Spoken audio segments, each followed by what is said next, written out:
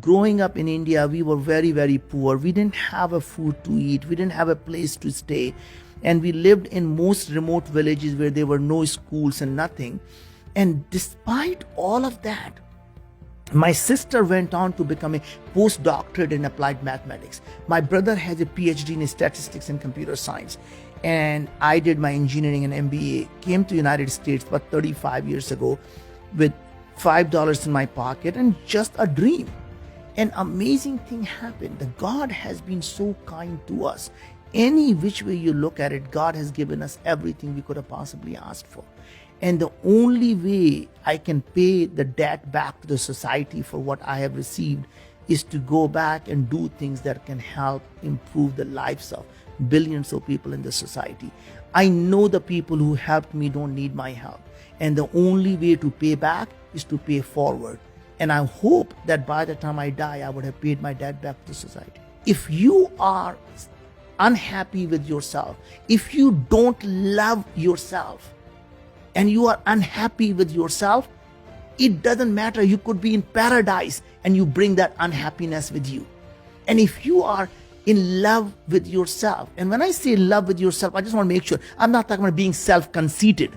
What I mean, right, you're not looking for approval from someone else because you're comfortable who you are. You're not looking for someone to approve of who you are.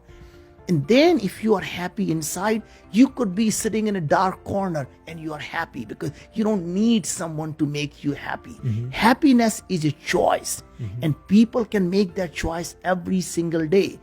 Even if you are very, very rich, you can find a reason to be unhappy. I'm only flying in a Gulfstream 5. My life sucks. Look at Larry Page. He's got 747 converted. Look at Bill Gates and he's flying in this big plane. My life just sucks.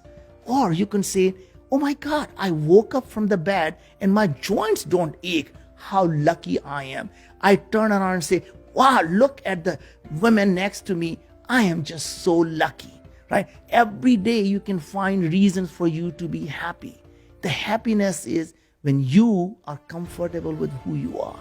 And the minute you start to prove to someone else, then you are never successful and never happy. And that's the reason why I believe the only way to measure you're successful or not, the day you become humble is the day you become successful. If you still have iota of arrogance left in you, then you're still trying to prove something to yourself or someone else. And the day you let go of that, you're successful. I love that, man. That's beautiful. That was one of my quotes I had down in my notes because when I read that, that touched me so much because I so much believe that the desire to always be a learner, desire to always be a student, and to recognize what you keep saying, the words intellectual curiosity. Yeah.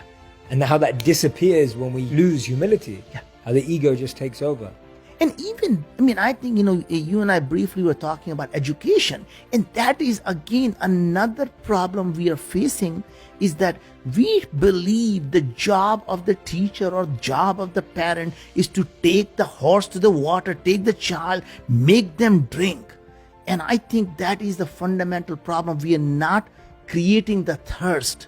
Because if you can make someone thirsty, you never have to take them to water or make them drink. They will find their own water and they will drink all their life. And that is what I call intellectual curiosity.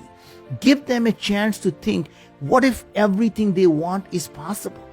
What if the world can be created exactly what they want? So don't focus on what the world is, focus on what the world can be. Because if you can imagine it, you can create it.